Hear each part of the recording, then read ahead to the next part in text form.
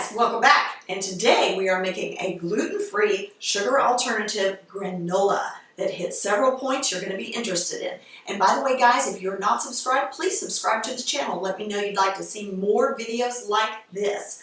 Let's jump right in. First, you're going to need 2 cups of organic oats that are gluten-free, half of a cup of coconut sugar, and 1/3 of a cup of melted coconut oil. Now this is step 1 in the process. This is very, very simple, very easy to do, but it does go in steps. So be sure you watch the whole video because I'm going to show you each one of those steps. Now you want to toss that through to fully incorporate those ingredients. You see how they're coming together like that. Okay, now at this stage, it's going to go into our pan.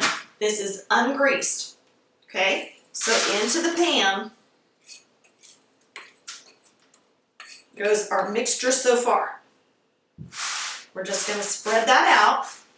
See how I'm just spreading that out so it's a shallow layer. Now that's going to go into a 325-degree oven on bake for 15 minutes.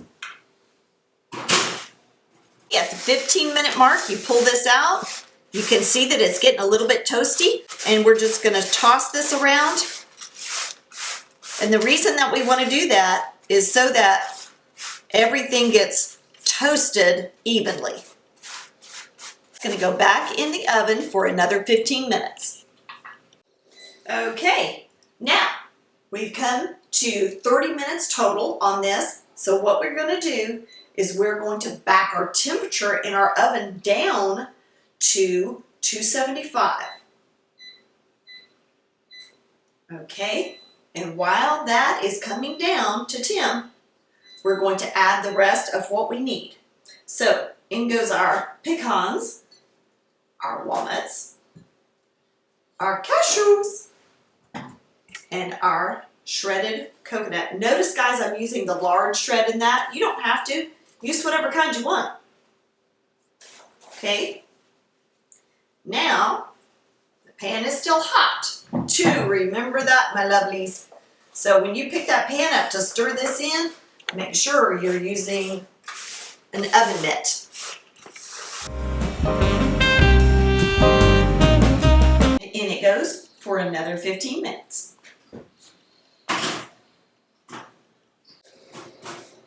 Oh, that looks beautiful, beautiful. Oh, look at that, you guys. Okay, now we did our 15 minutes with the nut mixture in, okay? So we're just going to give that a quick little toss around, and then we're going to add in our last thing, our fruits. Okay. And in goes our dried fruits. Now, you can use whatever kind of dried fruits that you like, whatever's your favorite. I used a combination of dark raisins and dates cut up. They were organic. Oh, you guys, I love this. I could just eat them right out of the bag or the little canister they come in, whatever. Anyway, that and some dried plums that are so good. They taste like dried cherries.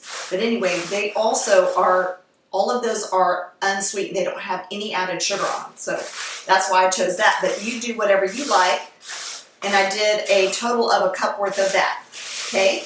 So we're just going to stir that in. Okay. Now it's going to go back in for about 5 to 10 minutes just to kind of warm that fruit up and get that incorporated with the rest of the mixture. Okay? But we're going to watch it to make sure it doesn't overdo it. Okay. Set our timer. Ding. 5. Ding. And we'll see when it comes out.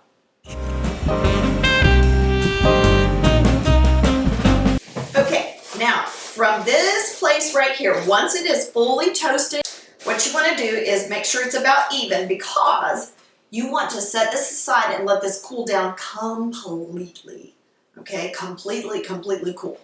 Then, once you have let it cool all the way down, You're going to store it in an airtight container, or you can store it in your handy dandy little jars that I know you started saying just like Tina. Ha! Kidding. Anyway, it does store well in a jar.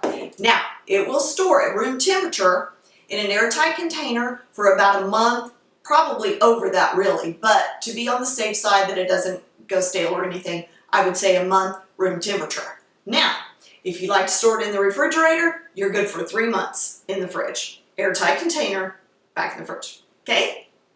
And once again, you serve it with milk, just like a cereal, put it on yogurt. Most of my family likes to take this and put it on top of their yogurt for breakfast. Mix it in, blah, blah, blah, whatever.